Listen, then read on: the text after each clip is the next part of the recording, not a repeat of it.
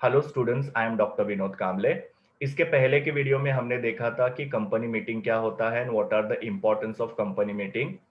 अभी इस वीडियो से हम लोग कंपनी मीटिंग के रिलेटेड कुछ इंपॉर्टेंट कॉन्सेप्ट है उसके बारे में पढ़ने वाले हैं।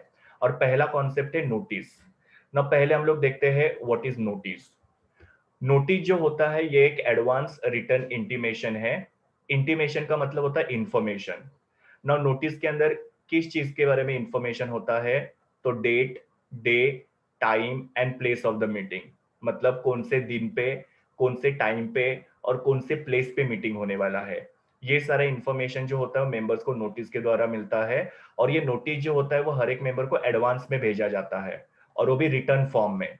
मतलब नोटिस जो होता है वो मीटिंग के कुछ दिन पहले हर एक मेंबर को रिटर्न फॉर्म में भेजा जाता है। और ये नोटिस जो होता है वो कंपनी सारे एंटाइटल्ड मेंबर्स को भेजती है। नाउ एंटाइटल्ड मेंबर हम लोग किसको बोलेंगे? जैसे कि एनुअल जनरल मीटिंग है तो उसमें शेयर होल्डर्स, ऑडिटर्स, ये एंटाइटल्ड मेंबर है। बोर्ड मीटिंग है तो बोर्ड ऑफ डायरेक्टर जो होते हैं वो एंटाइटल्ड मेंबर्स होते हैं। तो इस तरीके से नोटिस जो होता है ये एक एडवांस रिटर्न इंटीमेशन है जो मेंबर्स को बताता है कि कौन से दिन पे, कौन से टाइम पे और कौन से जगह पे मीटिंग होने वाला है। नाउ नोटिस के अंदर क्या क्या कंटेंट होता है? तो हर एक नोटिस के अंदर सबसे पहले होता है कि कौन से टाइप का मीटिंग है। जैसे कि बोर्ड मीटिंग है, एनुअल जनरल मीटिंग है, एक्स्ट्राऑर्डिनरी जनरल मीटिंग है या कमिटी मीटिंग है। तो ये नोटिस के अंदर क्लियरली मेंशन रहता है ताकि मेंबर्स को पता चले कि कौन सा मीटिंग होने वाला है।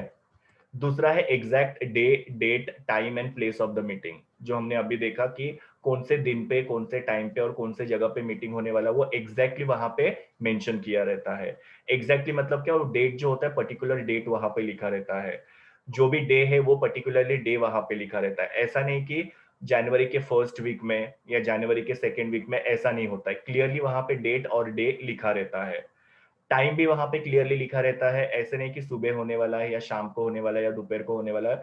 एग्जैक्ट वहां पे टाइम लिखा रहता है, जैसे कि 11 AM या 2 PM, ऐसे वहां पे टाइम मेंशन किया रहता है। और प्लेस मतलब कौन से जगह पे वो मीटिंग होने वाला है, तो ऐसे एग्जैक्टली वहां पे ये डिटेल्स लिखे रहते हैं। फिर बाद में एजेंडा ऑफ द मीटिंग। ना एजेंडा का मतलब क्या होता है? Matters to be discuss in the meeting. तो आप लोग यहाँ पे ये नोटिस में देख सकते हो कि यहाँ पे ये एजेंडा लिखा हुआ है। तो ये एजेंडा का मतलब क्या होता है? कौन से मैटर्स के ऊपर मीटिंग के अंदर डिस्कशन होने वाला है। और ये एजेंडा का पर्पस क्या होता है कि मेंबर्स को पता चले कि क्या क्या मैटर डिस्कस होंगे, ताकि मेंबर्स अपने आप को उस हिसाब से रेडी करके आए और वो मीटिंग के अंदर उनके जो भी प्रॉब्लम्स होंगे या जो भी इश्यूज होंगे या जो भी क्लैरिफिकेशन उनको चाहिए वो पूछ सकते हैं। तो इस तरीके से नोटिस के अंदर एजेंडा लिखा रहता है।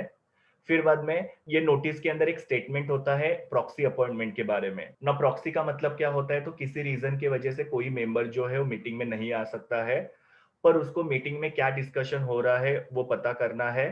प्लस उसको मीटिंग में अपना वोट जो है वो भी देना है। तो उसके लिए मेंबर क्या करते हैं? अपने जगह पे किसी एक पर्सन को अपॉइंट करते हैं।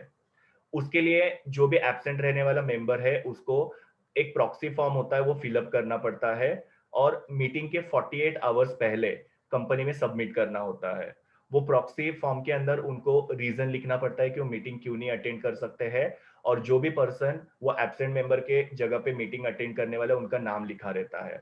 तो ये स्टेटमेंट जो होता है प्रॉक्सी अपॉइंटमेंट के बारे में ये भी नोटिस के अंदर लिखा रहता है।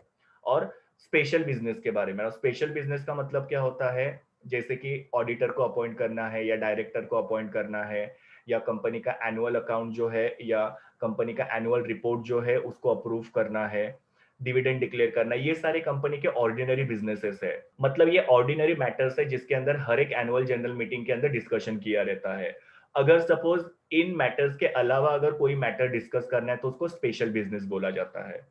तो स्पेशल बिजनेस जो होता है वो रूटीन मैटर्स नहीं होते हैं या रेगुलर मैटर्स नहीं होते हैं। वो अलग होते हैं, सिचुएशन के हिसाब से वो मैटर्स आते हैं और उसके हिसाब से उसके ऊपर डिस्कशन किया जाता है। तो डिविडेंड डिक्लेयर करना, ऑडिटर को अपॉइंट करना, डायरेक्टर को अपॉइंट करना, कंपनी का एनुअल अकाउंट और ऑडिटर रिपोर्ट जो है उसको अप्रूवल करना, इनके अलावा जो भी मैटर्स है उनको सबको हम लोग स्पेशल बिजनेस बोलेंगे। और कौन सा स्पेशल बिजनेस के ऊपर डिस्कशन होने वाला है उसके बारे में एक स्टैट्यूटरी नोट जो होता है वो नोटिस के अंदर मेंशन किया रहता है। फिर बाद में नोटिस भेजने की अथॉरिटी किसके पास होती है? तो नोटिस भेजने की अथॉरिटी जो होती है बोर्ड ऑफ डायरेक्टर्स के पास होती है। बोर्ड ऑफ डायरेक्टर्स कंपनी की जो भी नोटिस है वो भेज सकते हैं, और बोर्ड ऑफ डायरेक्टर जो होते हैं वो सेक्रेटरी को ऑथोराइज करते हैं कि सेक्रेटरी वो नोटिस को हर एक मेंबर को भेजे।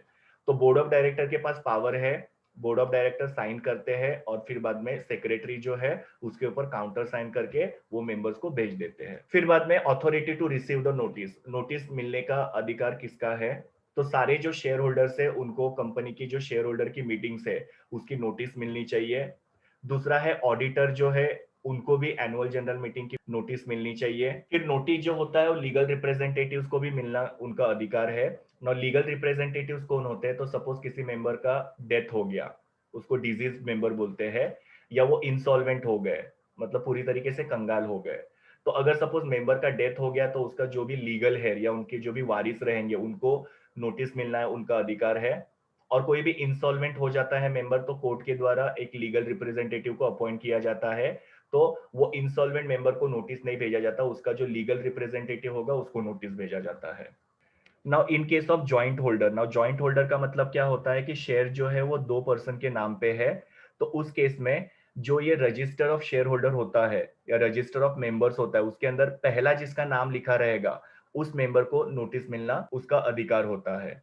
और सारे जो डायरेक्टर्स होते हैं उनको कंपनी की जो बोर्ड मीटिंग होती है और एनुअल जनरल मीटिंग होती है उसकी नोटिस मिलना उनका अधिकार होता है। तो सारे share holders, auditors, legal representative और अगर जॉइंट होल्डर्स होंगे तो रजिस्टर ऑफ मेंबर के अंदर पहला जिसका नाम है वो और सारे डायरेक्टर्स, इनको कंपनी की नोटिस मिलना ये उनका अथॉरिटी है। उसके बाद में पीरियड ऑफ नोटिस। नाउ जैसे मैंने आपको बताया था कि नोटिस जो होता है वो एडवांस में जब भेजा जाता है, तो अगर सपोज एनुअल जनरल मीटिंग की नोटिस है तो वो 21 डेज पहले भेजा जाता है हर एक मेंबर को। और जो दिन पे नोटिस भेजा जाता है वो दिन को यहाँ पे एक्सक्लूड किया जाता है। उसको एक्सक्लूड करने के बाद में 21 डेज काउंट किया जाता है और ये नोटिस जो होता है वो हर एक मेंबर को भेजा जाता है। और अगर बोर्ड मीटिंग होगा तो 7 डेज एडवांस में डायरेक्टर्स को भेजी जाती है। उसके बाद में ways of serving notice, notice किस तरीके से भेजी जा सकती है? तो नोटिस जो होती है वो कंपनी पर्सनली हर एक मेंबर को भेज सकती है, या ऑर्डिनरी पोस्ट पे जो मेंबर का रजिस्टर्ड एड्रेस है उसके ऊपर भी भेज सकती है। और अगर सपोज मेंबर ने कोई भी रजिस्टर्ड एड्रेस नहीं दिया है तो मेंबर ने जो भी एड्रेस प्रोवाइड किया है उसके ऊपर कंपनी उनको नोटिस भेज सकती है। उसके बाद में अगर सपोज कोई मेंबर चाहता है कि उनको नोटिस जो है ऑर्डिनरी पोस्ट से नहीं चाहिए, रजिस्टर्ड पोस्ट से चाहिए, तो कंपनी उनको वो नोटिस रजिस्टर्ड पोस्ट से भेज सकती है। उसके लिए मेंबर्स के पास से कंपनी जो है वो जो भी चार्जेस होंगे वो लेती है।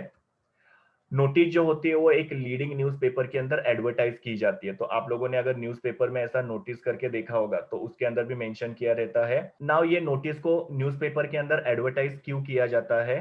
ताकि जो भी मेंबर जिनको नोटिस नहीं मिल रही है उनको न्यूज़पेपर के द्वारा पता चले कि कंपनी का मीटिंग होने वाला है, और दूसरे भी जो मेंबर्स है उनको भी पता चले कि कंपनी का मीटिंग होने वाला है, तो इसके लिए न्यूज़पेपर के अंदर ये नोटिस को एडवर्टाइज किया जाता है। और लास्ट में है कि रिसेंटली जो मिनिस्ट्री ऑफ एनवायरनमेंट है उनके इनिशिएटिव्स के द्वारा मीटिंग का नोटिस जो होता है वो ईमेल के थ्रू भी मेंबर्स को भेजा जा सकता है।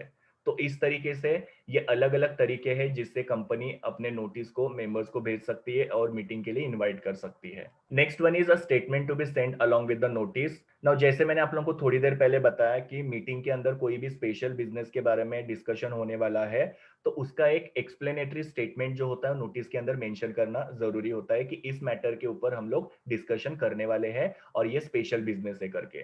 नो स्पेशल बिजनेस क्या होता है वो भी मैंने आप लोगों को बताया कि अगर सपोज फाइनेंशियल स्टेटमेंट के ऊपर कुछ भी डिस्कशन करना है, या बोर्ड ऑफ डायरेक्टर का रिपोर्ट है या ऑडिटर का रिपोर्ट है उसके ऊपर डिस्कशन करना है, या डिविडेंड डिक्लेरेशन के बारे में डिस्कशन करना है, या डायरेक्टर्स को अपॉइंटमेंट करना है उसके बारे में कुछ भी डिस्कशन करना है, तो ये सारे कंपनी के ऑर्डिनरी बिजनेसेस है। मतलब हर एक मीटिंग के अंदर ये मैटर्स तो डिस्कस किए ही जाते हैं। इसके अलावा अगर कोई मैटर डिस्कस करना है तो उसको स्पेशल बिजनेस बोला जाता है। तो अगर वो स्पेशल बिजनेस कंपनी के मीटिंग के अंदर डिस्कशन होने वाला है तो उसके बारे में नोटिस के अंदर मेंशन करना जरूरी होता है ताकि मेंबर्स को वो स्पेशल बिजनेस के बारे में थोड़ा सा आइडिया मिले। और लास्ट वाला है omission to give the notice. अगर सपोज कंपनी ने किसी को नोटिस नहीं भेजा, वो भी डेलिबरेटली, डेलिबरेटली मतलब क्या, जानबूझ के, तो उसकी वजह से वो मीटिंग जो होती है वो इनवैलिड हो सकती है। क्योंकि नोटिस भेज के हर एक मेंबर को मीटिंग के लिए इनवाइट करना जरूरी होता है, और अगर कंपनी ने जानबूझ के एक या एक से ज्यादा मेंबर्स को मीटिंग के लिए इनवाइट नहीं किया तो वो मीटिंग अगर कंडक्ट होती है तो उसको इनवैलिड कंसिडर किया जाता है। So this was all about meeting notice. ये मेरी यूआरएल है जहां से मैंने इमेजेस लिए हैं। Thank you students. Please do like, share, comment and subscribe to my YouTube channel and also recommend my channel to your friends. We will meet in the next video.